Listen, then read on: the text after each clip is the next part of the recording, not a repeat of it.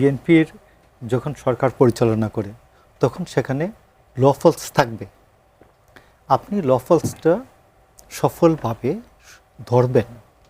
ধরবেন এবং বিএনপি যখন দেখবে যে এটা জনমতের বিপক্ষে যাচ্ছে, বিএনপি সেখানে নিজেকে নিশ্চয়ই নিবৃত্ত করবে।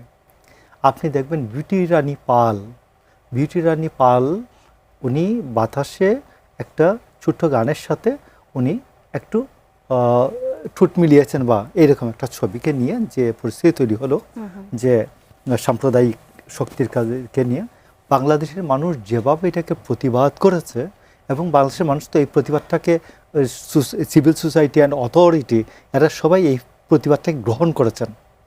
তো আমার কথাটা হচ্ছে যে বিএনপির যদি প্রশাসনিক লফলস থাকে, এটা তো অতি অবশ্যই আলাপ করবে।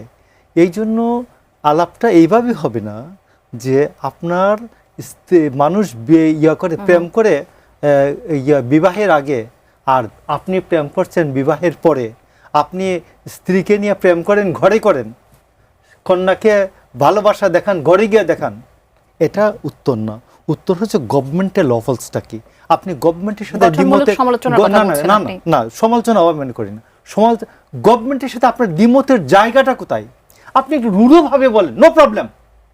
আপনি রূঢ়ভাবে বলেন যে আপনার এই বক্তব্যটার সাথে, আপনার এই কথার সাথে এই জায়গায় কাজের মিল নেই, আমি একমত না। আপনি মানবেন না, আমি রাজপথে গেলাম, আমি এই করব, আমার যা যা করার ক্ষমতা আছে। তো আমার কথাটা হচ্ছে নতুন শক্তি, নবীন শক্তি অবশ্যই বাংলাদেশের রাজনীতিতে আওয়ামী লীগের অল্টারনেটিভ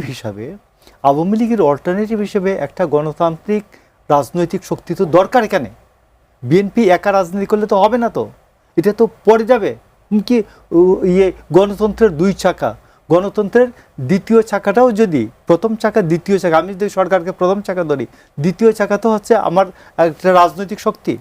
রাজনৈতিক শক্তি যদি না গড়ে উঠে, রাজনৈতিক শক্তি গড়ে ওঠার জন্য আপনি প্রথমত আপনি খেয়াল করেন যে আপনি নবীন রাজনৈতিক শক্তি, আপনার এখনো ওয়ার্ড লেভেল থানার থেকে 25 কিলোমিটার দূরের যে ইউনিয়ন আছে সেই ইউনিয়নে এখন আপনি পৌঁছান নাই।